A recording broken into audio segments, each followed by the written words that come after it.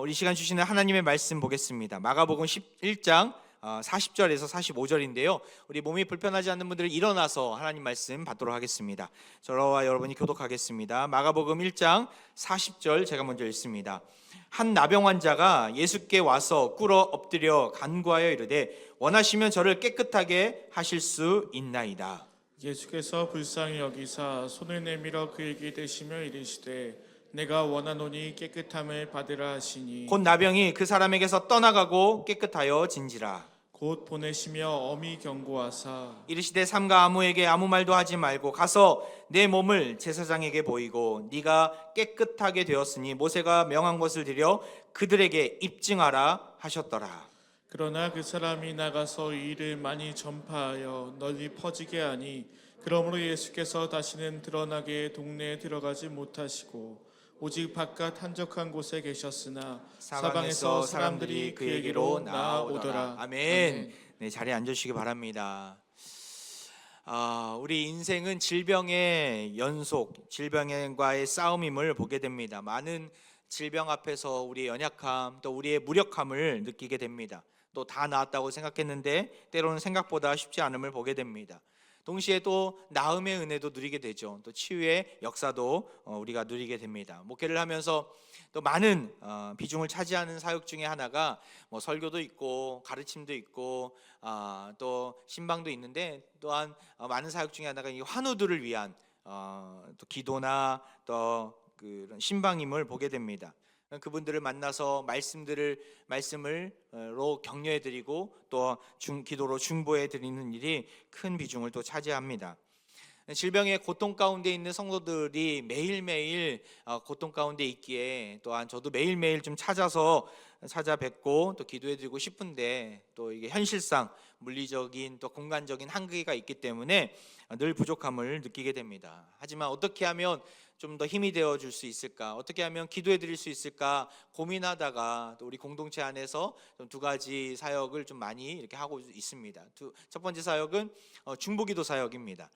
저만 기도하는 것이 아니라 많은 우리 기도의 용사들이 있기 때문에 수요 중보기도팀을 중심으로 또 각 예배 중보기도팀이나 권사의 중보기도팀이나 또 다른 우리 직분별로 또 여러 그러한 팀들이 있기 때문에 여러 기도 제목이 있을 때마다 제가 좀 나누기도 하고 또한 우리 부교육자들이 또 나누기도 하면서 함께 중보하며 나아갈 때가 있습니다. 특별히 그냥 기도해라 이게 아니라 환우 명단을 좀 작성을 하고 때로는 급한 기도 제목이 있으며 그것들을 좀 정리해서 그 기도 제목방에 또 올려서 함께 기도하게 됩니다. 그럴 때마다 놀라운 하나님의 그 치유의 역사를 또 맛보고 또 환우들도 힘있게 일어서는 것도 보게 됩니다. 또 하나는 그 예배 시간에 또 환우들을 위한 또 질병을 놓고 기도하는 시간들을 마련했습니다. 벌써 1년 아니 뭐 거의 2년 가까이 하는 것 같은데 저는 그때마다 전 성령의 능력, 기도의 능력을 또 확신하고 이렇게 하나님 앞에 나아갑니다. 예배 시간에 일일이 다 기도해 드릴 수 없지만 또 말씀의 능력을 의지하면서 우리가 함께 아픈 부위에 손을 얹고 기도한다면 하나님이 놀라운 일들을 행할 것을 믿고 온 마음을 다해 기도합니다. 제가 이제 예전에 사역했던 우리 교회 오기 전에 사역했던 교회에서 또 담임 목사님이 예배 시간에 또 예배 그 마지막에 파송 기도할 때 그렇게 기도했던 기억이 있어서 제가 이렇게 목회를 하면서 그때 기억을 되살려서 이렇게 적용을 했는데 많은 분들이 또 치유의 은혜를 누리게 되고 또 기쁨을 누리고 돌아가게 되어서 얼마나 감사한지 모르겠습니다. 이렇게 환우들을 위해서 집중해야 되고 또 연약한 지체들을 품어야 되는 이유가 무엇입니까? 예수님이 그렇게 하셨기 때문에 그러하죠. 예수님의 목표에 있어서 환우들을 위한 여러 질병 가운데 있는 사람들을 위한 사역들을 빼놓지 않을 수 없습니다. 오늘 본문에도 나옵니다. 한 나병 환자가 예수님을 찾아온 것입니다. 예수님은 그런 환우들이 올 때마다 마다하지 않으시고 끝까지 품어 주십니다.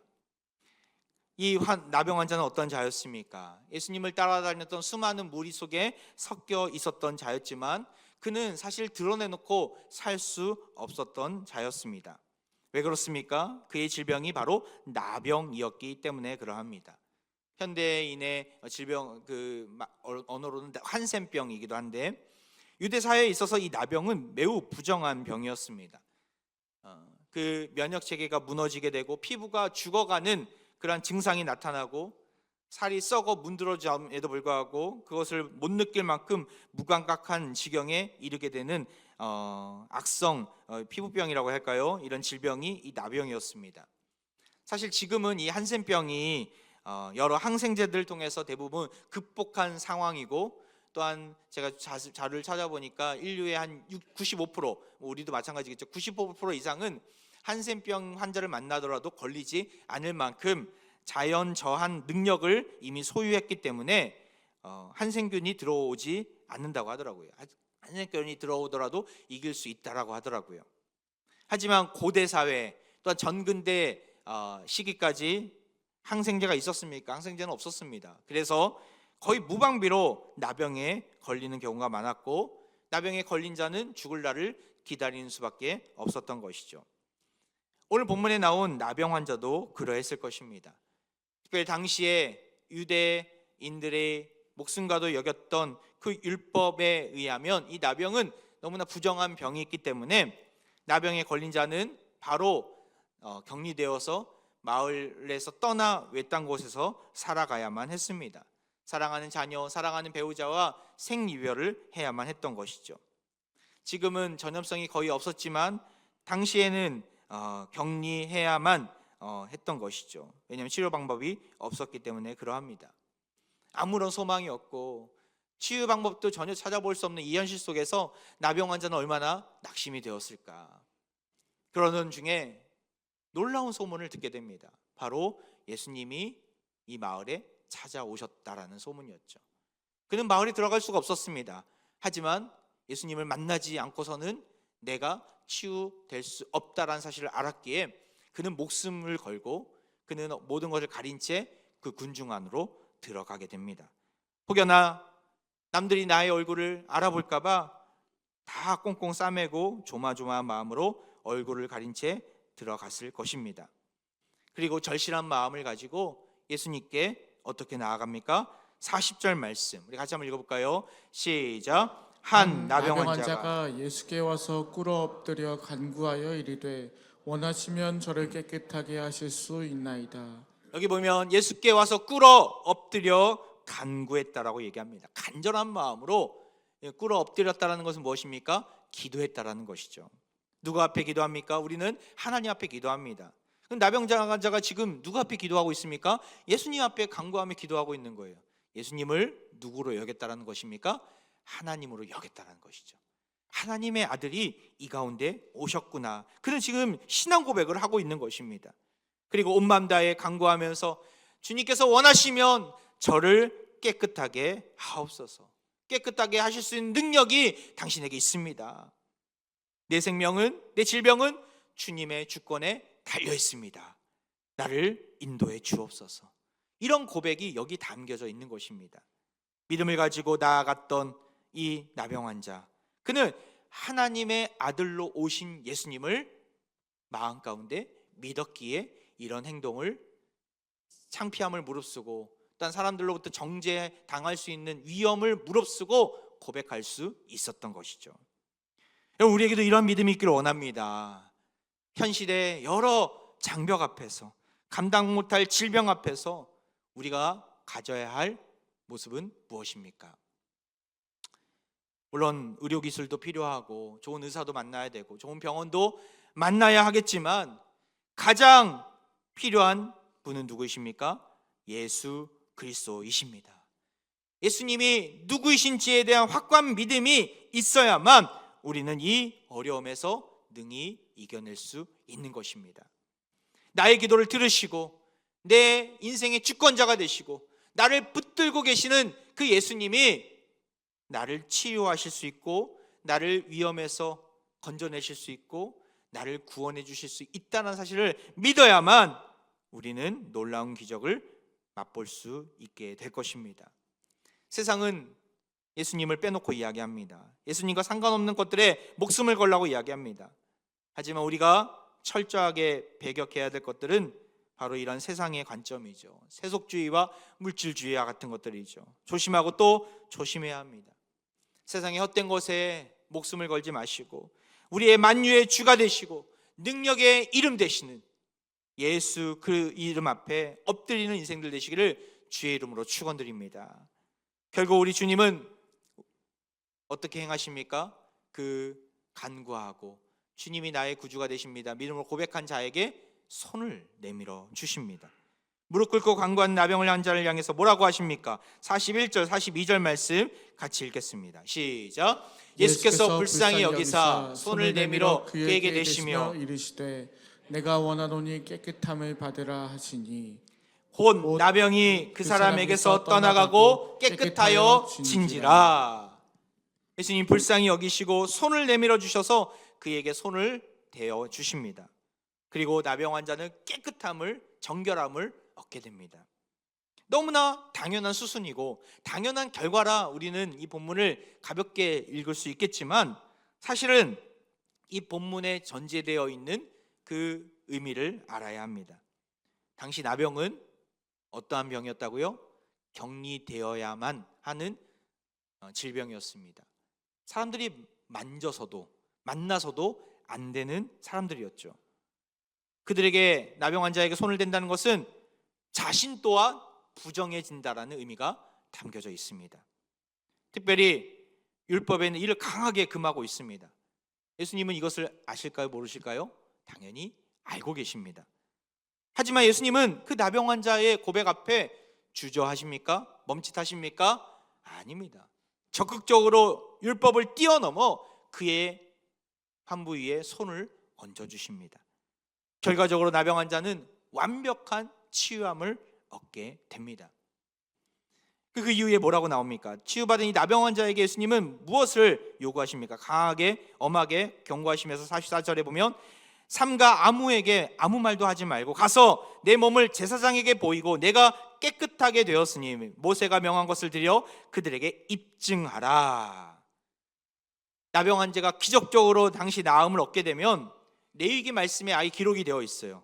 제사장에게 가서 판단을 받으라는 것이죠. 이게 어디 나왔냐면 레위기 14장에 나와 있습니다. 나병 환자가 정결하게 되는 날의 규례는 이러하니 곧 그 사람을 제사장에게로 데려갈 것이요. 정결하게 되는다는 것은 치유받은 날이는 거죠. 치유받게 되면 제사장에게 데려가서 제사장이 이 사람이 정말 건강해졌는지 안 그런지 판단하고 진단해서 판결을 내려주면 정상인으로 판결이 나면 자유함을 얻게 될 수 있다는 것이죠. 이 율법에 기록되고 율법에 이렇게 행하라고 나온 내용입니다. 이것을 예수님이 나병 환자에게 가르쳐 주시고 이렇게 행하라라고 말씀해 주십니다. 여러분 여기서 이상한 것을 느낄 수 있어야 합니다.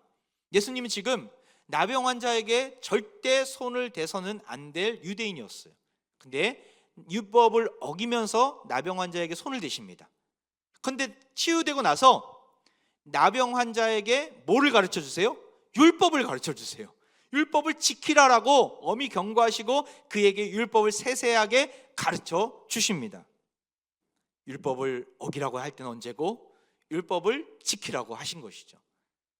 이게 무슨 의도가 담겨져 있을까요? 왜 예수님이 이런 행동을 보이실까요?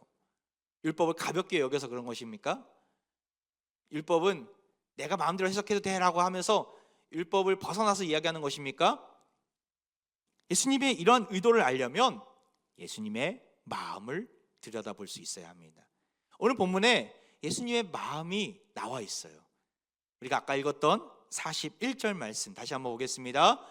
예수께서 같이 읽어볼게요. 시작. 예수께서 불쌍히 여기사 손을 내밀어 그에게 대시며 이르시되 내가 원하노니 깨끗함을 받으라 하시니 예수님이 어떠한 마음을 품으셨습니까? 나병 환자를 향해서 불쌍히 여기셨다. 이 불쌍히 여기셨다. 이 헬라어의 원어적인 의미는 아주 고통스럽게 여기셨다는 거예요. 당시의 유대인들은 영혼이 자기의 창자에 있다고 생각했어요. 이 불쌍히 여겼다라는 이 원어적인 의미는 창자가 끊어질 만큼 고통을 느끼셨다라는 것이죠. 우리로 생각하면 우리는 영혼이 심장, 가슴에 있다고 얘기하잖아요. 가슴이 미어질 만큼, 숨이 멎을 만큼, 뭐 이런 다양한 표현들이 있는데 그런 고통을 예수님이 느끼면서 그에게 손을 대신 것이죠. 이것은 어떠한 감정입니까? 불쌍히 여기셨다, 연민, 동시에 사랑을 이야기합니다. 사랑의 마음으로 나병 환자를 보셨다라는 것이죠. 다시 말해서 사랑의 마음으로 율법을 뛰어넘어 손을 대시고 계시기도 했고, 사랑의 마음으로 율법을 지켜내신 것이죠. 다시 말해서 율법을 사랑으로 해석하신 것입니다. 율법의 본질은 사랑에 있다라는 것을 나병 환자를 모델로 삼아서 말씀해 주시는 것입니다. 당시의 사람들은 율법하면 나를 올가매고 나를 정죄하고 나를 판단하고 나를 심판하고 나를 구속하기 위한 도구로 사람들이 생각하며 율법 지키기 너무나 힘들어, 율법 지키기 너무나 어려워. 그리고 종교 지도자들은 그 율법을 이용해서 백성들의 가산을 뜯어 먹으면서 하나님 뜻을 무시하고 자기 멋대로 자기 마음대로 해석하고 적용해 오는 모습을 예수님은 보고 계셨어요.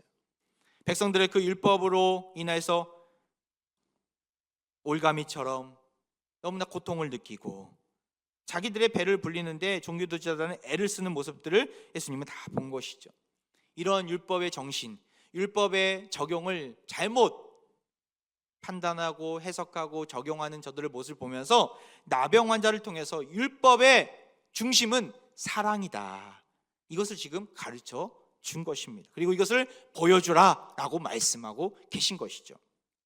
그들의 입증하라, 무슨 말입니까?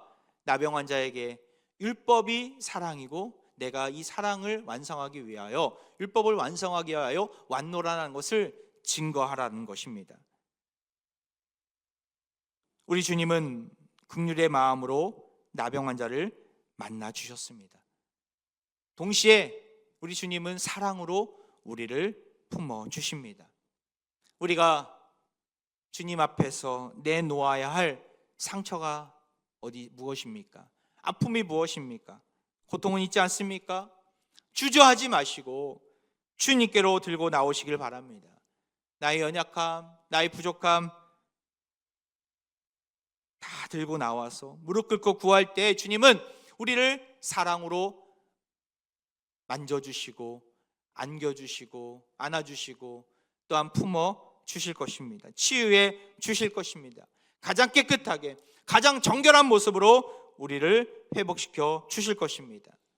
사도 바울은 이런 주님의 놀라운 사랑을 완벽하게 깨달았던 자였습니다. 그래서 로마서에 보면 율법과 사랑을 이렇게 설명하고 있습니다. 로마서 13장 10절 말씀 우리 같이 한번 읽어보겠습니다. 시작. 사랑은 이웃에게 악을 행하지 아니하나니 그러므로 사랑은 율법의 완성이니라. 사랑은 율법의 완성임을 예수님은 미리 보여주셨고 그것을 교리화해서 사도 바울은 이렇게 설명하고 있는 것이죠. 그 사랑을 얻은 자가 바로 우리들입니다. 자기 목숨을 아끼지 않으시고 우리를 위해 내어주신 그 예수님의 사랑을 경험한 자가 바로 우리들입니다. 그 사랑 때문에 우리가 이 자리에 있는 것이고 그 사랑 때문에 이렇게 믿음의 동역자들 만날 수 있는 것이고 그 사랑 때문에 우리가 이렇게 예배를 기쁨으로 드릴 수 있는 것입니다. 주님의 사랑이 없었다면 세상 사람들처럼 방황하고 정처 없이 허랑방탄한 인생을 살았을 것입니다. 아무것도 아닌 우리는 그 사랑 덕분에 이렇게 예배를 드릴 수 있게 된 것입니다. 그리고 주님 안에서 거하며 참된 평강을 누릴 수 있게 된 것입니다. 오늘도 이 예배 자리에서 놀라운 주님의 사랑을 경험하고 고백하며 나아가는 사랑하는 모든 화평 가족들 되기를 간절히 소망합니다. 어제 새 가족으로 등록한 한 신혼부부가 있었어요. 수개월 전에 등록했는데 어제 그분 집에 초대를 받아서 예배를 드렸습니다. 결혼한 지 1년이 채 되지 않은 신혼부부였고 또한 너무나 젊은 귀한 지체들이었습니다. 신랑은 30 넘었고 또 이제 신부는 아직 20대 후반인 신부였습니다. 우리 교회 어떻게 등록했느냐고 여쭤보니까 이 고양시로 또 이사 오는 것도 여기에 연고가 있어서 이사 온 게 아니라 또 알아보고 또 생각해보고 기도해보면서 이렇게 정했는데 이사를 와서 이제 교회를 정해야 되는데 어떤 교회가 좀 하나님이 원하시는 교회일까 고민하던 중에 도배하는 분한테, 그리고 그걸 소개한 인테리어 사장님한테 여쭤본 거예요. 어느 교회가 좋은 교회냐고. 근데 마침 그 사장님이 우리 교회 성도님이신 거예요. 그래서 화평교회를 소개를 해주셨어요. 그래서 발은 안으로 굽는다고, 그 여러 대상지 중에 화평교회도 꼭 포함시켜서 이렇게 알아보는 중에 화평교회 와보니까 너무 예배가 좋은 거예요. 예배 가운데 하나님을 경험할 수 있고, 또한 이렇게 공동체 안에서 주님을 이렇게 더 깊이 만날 수 있어서 너무나 좋은 교회에 등록해서 감사하다고 그런 얘기를 하더라고요. 이사하기도 전에, 이사하기 전에 아마 도배를 했을 텐데, 이사하기도 전에 그 만남의 축복을 통해서 하나님이 이분들을, 정말 귀한 분들을 보내주셨구나. 이분들 보니까 정말 지난 솔로일 때 청년부 안에서 리더들로 이렇게 열심히 섬겼던 분들인데, 우리 공동체에 결혼해서 제 3회 교회로 오신 거예요. 어머니 아버지 교회를 뒤로하고 제 3회 교회로 오셨는데, 거리도 좀 멀어서 옮기셨는데, 우리 공동체 안에서 정말 귀한 믿음의 지도자들로, 젊은 지도자들로 쓰임받을 수 있겠구나라는 생각을 하게 되어서 얼마나 반가운지 모릅니다. 제가 말씀드리고 싶은 거는 우연이 없다라는 것입니다. 여러분, 믿는 자에게 있어서 우연이 있습니까? 운이 좋아서, 재수가 좋아서, 오늘 일진이 좋아서 이렇게 된 거야.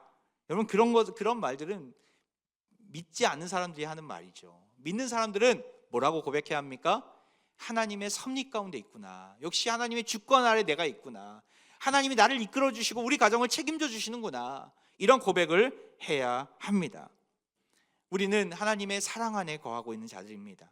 하나님은 결코 여러분들의 삶을 내버려 두고 알아서 살아가, 나는 몰라 라고 말씀하는 분이 아니십니다. 여러분들이 무릎 꿇고 간구하며, 하나님, 나에게 이런 어려움들이 있습니다, 이런 기도 제목이 있습니다, 나를 붙들어 주옵소서, 나를 살려주시고 나를 이끌어 달라고 고백하는 자들에게 하나님은 손을 내어 주시면서 그 손을 잡고 일어서라 말씀해 주십니다. 우리를 도우시고 우리를 사랑하셨기 때문에 내가 이 자리에 있음을 고백하시길 바랍니다. 우리는 놀라운 주님의 이러한 사랑을 경험한 자들입니다. 무엇보다도 주님께서 우리에게 어떠한 가장 큰 사랑을 보여주셨습니까? 우리는 질병에 걸리더라도 약을 먹고 의사의 진료를 받으며 수술을 받으며 거의 대부분 회복합니다. 하지만 이 세상에 그 어떤 자도 해결할 수 없는 영적인 질병을 우리는 모두가 갖고 있었습니다. 그것이 무엇입니까? 바로 죄라는 질병입니다. 죄로 인해서 우리는 아무리 부단히 노력하고 빠져나오려고 애쓴다 하더라도 결코 그 죄가 오히려 우리를 더 옥죄게 만들고 더 우리를 올가미 안에 가두도록 하는 것이죠. 결코 우리는 빠져나올 수 없는 자들이었습니다. 그러한 우리에게 예수님은 죄의 대가를 십자가 위에서 대신 치러주심으로 우리 위에 손을 얹어주셨어요. 우리가 가지고 있는 모든 부정한 것들을 다 가져가신 거예요.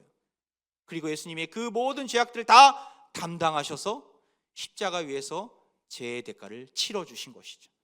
이 사실을 믿는 자들에게 부정했던 우리가 놀라운 깨끗함과 정결함을 얻게 되는 은혜를 주신 것입니다.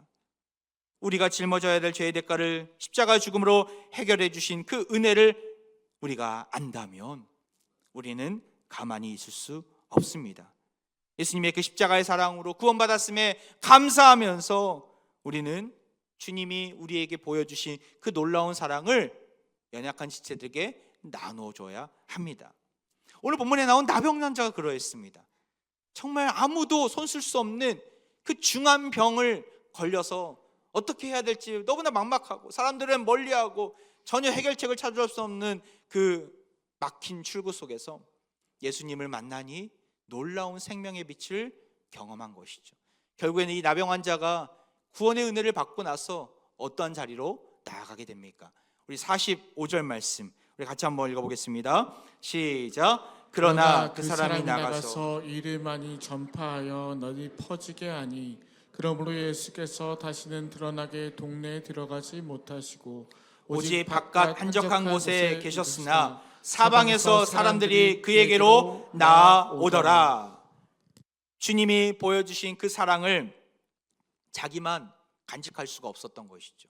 가만히 기다릴 수가 없었어요. 제사장에게 그들에게 입증하라.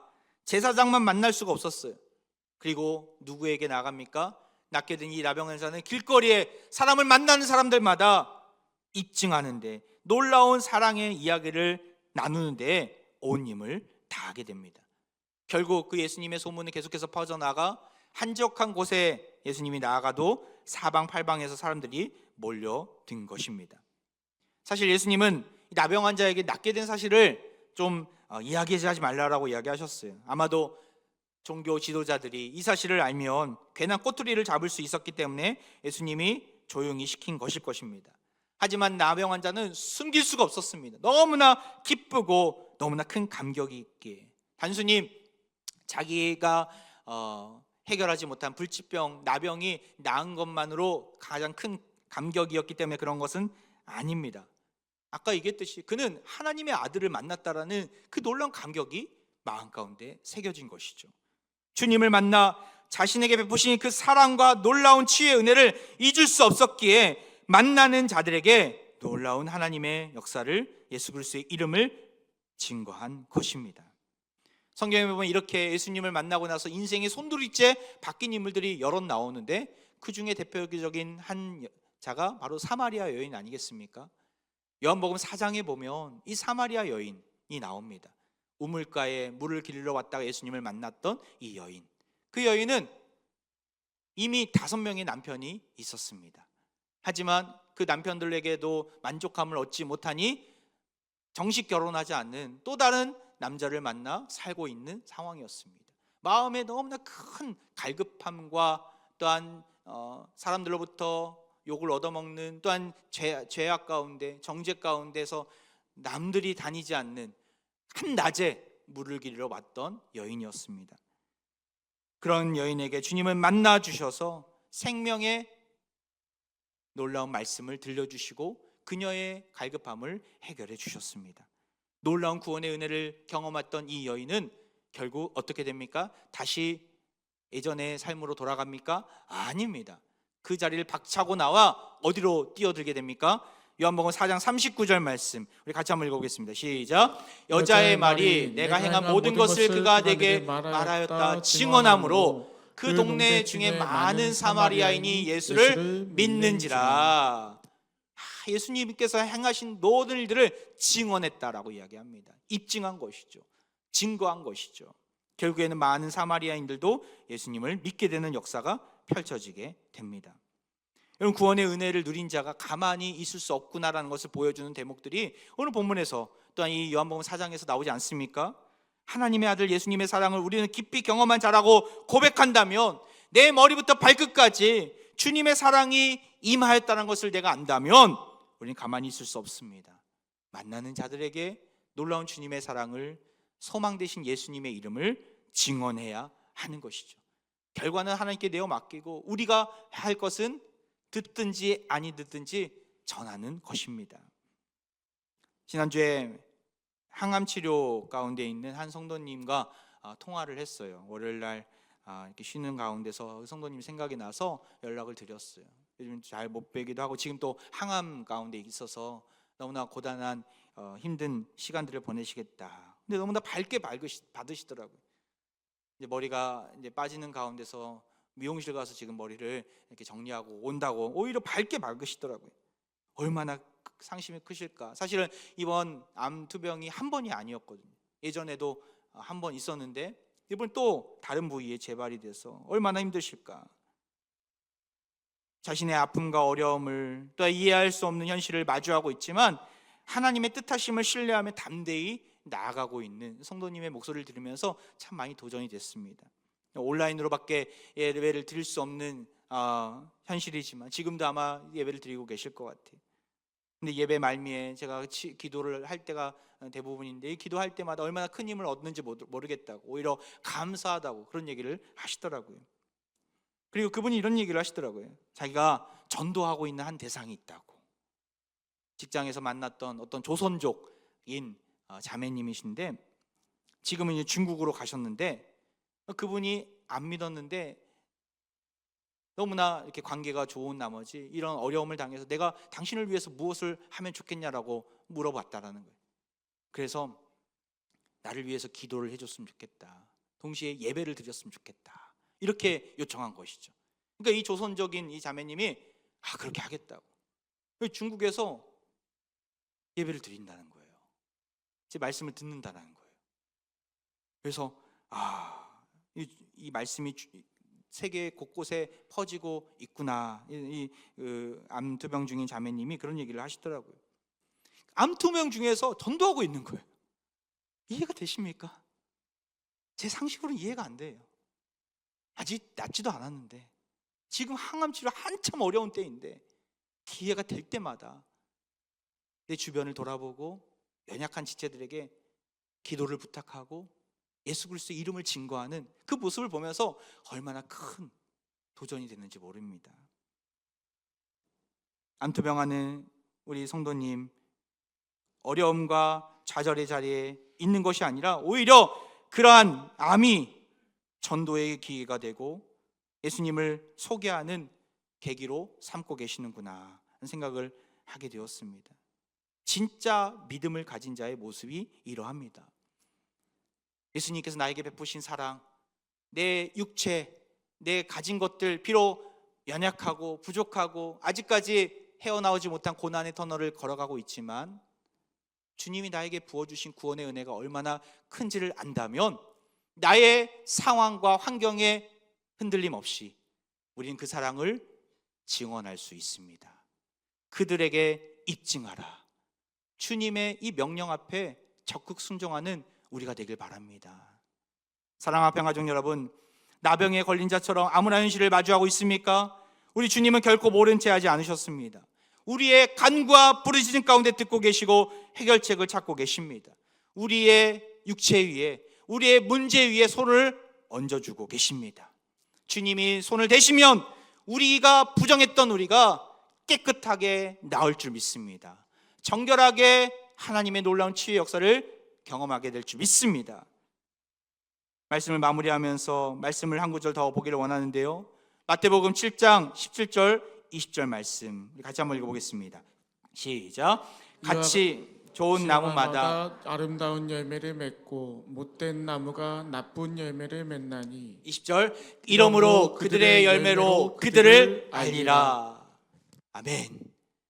사랑하는 평화종 여러분, 우리는 구원받은 자로서 예수의 피가 우리의 머리부터 발끝까지 흐르고 있습니다.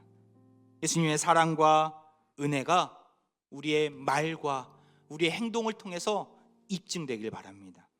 주님 주신 사랑을 가지고 그들에게 입증하라 라고 우리에게 주님은 명하실 때 우리는 그 사랑을 나누기를 원합니다. 대한민국이 참으로 더 극심하게 분열과 나눔 가운데서 서로 상반된 주장을 하면서 삿대질을 하고 있는 장으로 바뀌고 있습니다. 이러한 때일수록 우리가 회복해야 될 마음이 무엇입니까? 예수님의 사랑의 마음입니다. 서로 다른 주장, 다른 생각을 갖고 있다 하더라도 주 안에서 우리가 하나 아닙니까?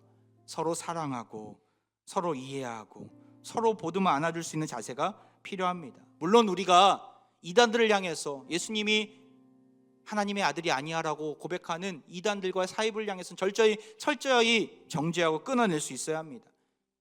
하나님 말씀을 인정하지 않는 동성애나 세속주의 앞에서, 물질주의 앞에서 싸워낼 수 있어야 합니다. 하지만 지금의 이슈는 그러한 것들이 아니죠.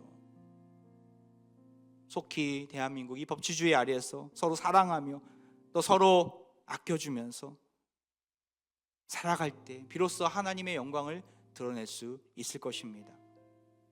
우리 예수님은 아무도 거들떠보지 않았던, 부정하다고 더럽다고 내쫓았던 나병 환자를 위해 오셨습니다.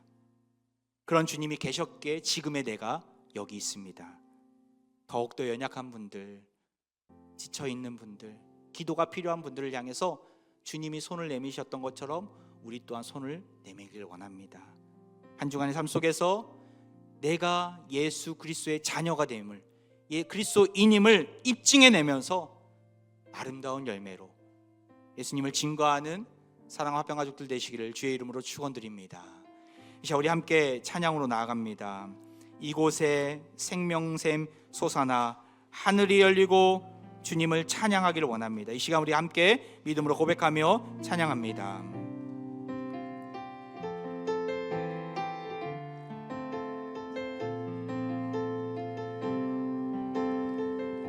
이곳에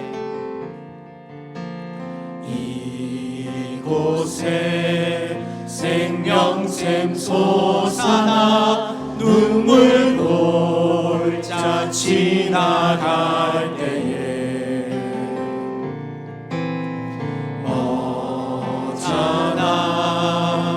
열매 맺히고 웃음소리 넘쳐나. 다시 한번 고백합니다. 이곳에 생명샘 솟아나.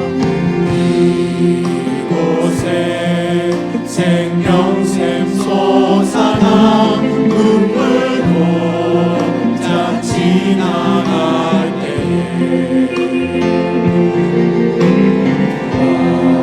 어쩌나 열매 맺히고 웃음소리 넘쳐나. 꽃들도 구름도 바람도 넓은 바다도 찬양하라 찬양하라 예수를. 하늘을 울리며 노래해 나의 영혼아. 은혜의 주 은혜의 주 은혜의 주. 그날에 하늘이 열리고 하늘이 열리고 모든 이가 보게 되리라. 마침내 꽃들이 피고 영광의 주가 오시리라. 우리 손 들고 찬양합니다. 꽃들도 바람도 넓은 바다도 찬양하라 찬양하라 예수를. 하늘을 울리며 노래해 나의 영혼아. 은혜의 주 은혜의 주. 우리 마지막으로 꽃들도 구름도 바람도 넓은 바다로 찬양하라 찬양하라 예수를. 하늘을 울리며 노래해 나의 영혼아. 은혜의 주 은혜의 주 은혜의 주. 할렐루야. 병들고 지쳐있던 우리를 향해 긍휼의 마음으로 손을 내밀어 주신 주님 참으로 감사드립니다. 은혜 받은 자로서 주님과 같은 긍휼의 마음을 품어야 하는데 그렇게 살지 못했던 우리의 완악함을 긍휼히 여겨 주옵소서. 주의 사랑을 받아 놀라운 치유를 경험한 자로서 이제는 이 사실을 세상 가운데 이웃 가운데 가족들에게 증언하기를 원합니다. 사랑의 마음을 연약한 지체들에게 드러낼 수 있는 증언할 수 있는 입과 우리의 행동을 갖게 하시고 지체 없이 주저함 없이 우리의 이웃들에게 예수 그리스도의 이름을 증언할 수 있도록 전도자의 입술을 우리 모두에게 허락해 주옵소서. 이 시간 병든 육체와 상한 마음에 손을 얹고 기도합니다.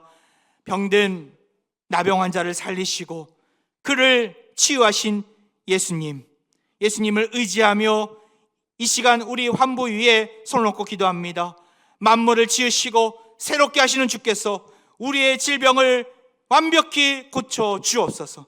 온갖 질병과 병과의 아픔에서 우리를 건져주시고 건강을 회복시켜 주시사 주님의 영광을 위해 쓰임받게 하옵소서. 육체적인 질병과 상한 감정들, 내면의 쓴뿌리들, 어둠의 권세로부터 벗어나게 하시사 진리 안에서 자유함을 누리게 하시고 예수 그리스도의 보혈의 능력이 우리 안에 가득 차고 넘치게 하여 주옵소서. 우리를 억눌린 모든 것으로부터 자유케 하신 예수 그리스도 이름으로 간절히 기도하옵나이다. 아멘.